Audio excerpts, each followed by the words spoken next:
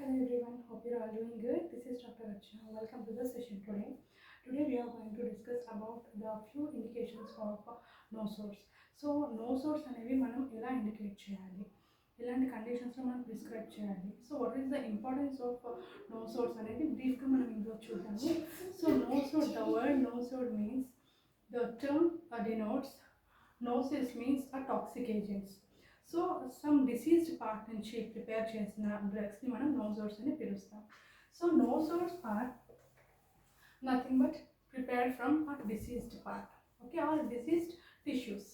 So nosodes యొక్క indications ఏంటి, అది మన కరెంట్ టాపిక్. సో యూజువల్లీ మనం నోసోడ్స్ అనేవి ఫ్రీక్వెంట్గా క్రానిక్ డిసీజెస్లో యూజ్ చేస్తాం. So usually indications chronic diseases అంటే so it is contraindicated in acute diseases. Okay, yeah. So next indication is less than 200 or 30. మనకి ఎప్పుడు లో పొటెన్సీలో లైక్ లో పొటెన్సీస్లో ఎప్పుడు యూజ్ చేయకూడదు.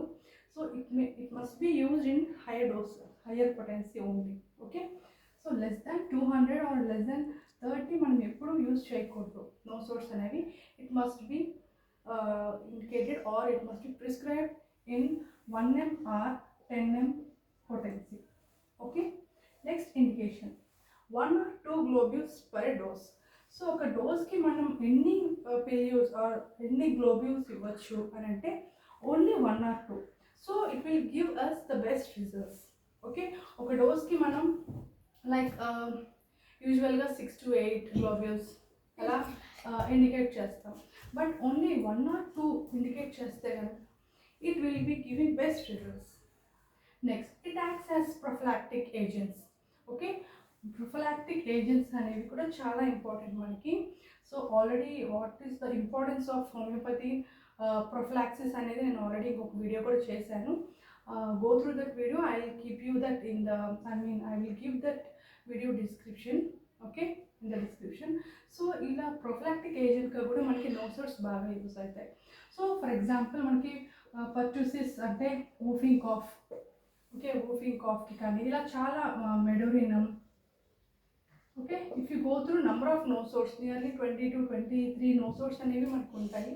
సో ఈ నంబర్ ఆఫ్ నోసోడ్స్ అన్ని మనం గో త్రూ అయ్యి వాటి యొక్క ఇండికేషన్స్ చూస్తే we can see the importance of nosodes as acting as prophylactic agents. Okay, next intercurrent medicinal agents. Next indication చూసుకుంటే what is intercurrent medicinal agents.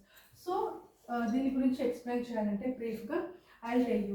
If at all we have selected a drug in simillimum with simillimum, okay, the drug has not been acted though we have selected the drug in a similar means in a simillimum. So law of similar unnappatiki if it is not acting well on the patient, so alanti conditions lo manam intercurrent ga nosodes ni use cheyochu. ఎలాంటప్పుడు though the nosode symptoms అనేవి మనకి even though it is not matching with the current patient యొక్క disease సిమ్టమ్స్కి match అవ్వకపోయినప్పటికీ మనం ఈ nosodes అనేవి prescribe చేయొచ్చు.